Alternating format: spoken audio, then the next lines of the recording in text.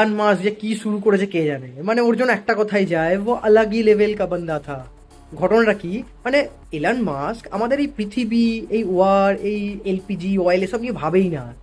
ও basically একটা নতুন company start করেছে যার নাম হচ্ছে টেরাফ্যাম। এর কাজ কি, এর কাজ হচ্ছে এআই চিপ বানানো। এবার আমাদের মানে পৃথিবীতে অত এনার্জি নেই যে এই চিপটা তৈরির ফ্যাক্টরিটা রান করবে। এবার ঘটনা হচ্ছে এই ফ্যাক্টরিতে কি তৈরি হবে, এআই চিপ তৈরি হবে, সেটা দিয়ে স্যাটেলাইট তৈরি হবে, আর হিউম্যানয়েড রোবট যেগুলো বেসিক্যালি বানায় আমাদের এলান মাস্কের কোম্পানি আরেকটা, সে এগুলো বানাবে।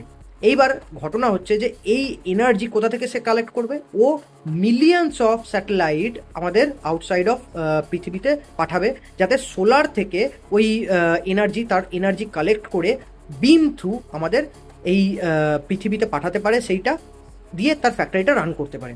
এবার এই কাজগুলো কে করবে, এই কাজগুলো করবে ওরই বানানো হিউম্যানয়েড রোবট, যেগুলো তারা স্পেস এক্সের রকেট দিয়ে পাঠাবে।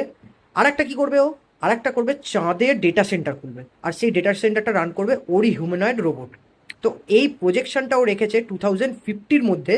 এটা অলরেডি মানে এটা কনসেপ্ট এখন আছে, এটাকে অলরেডি মানে একটা প্রোটোটাইপও নয়, মানে একদম ওয়ার্কিং লেভেলে নিয়ে চলে আসবে। আর এটার জন্য ওর কাছে পয়সার অভাব নেই, ওর প্রবলেম হচ্ছে এনার্জিটা নিয়ে।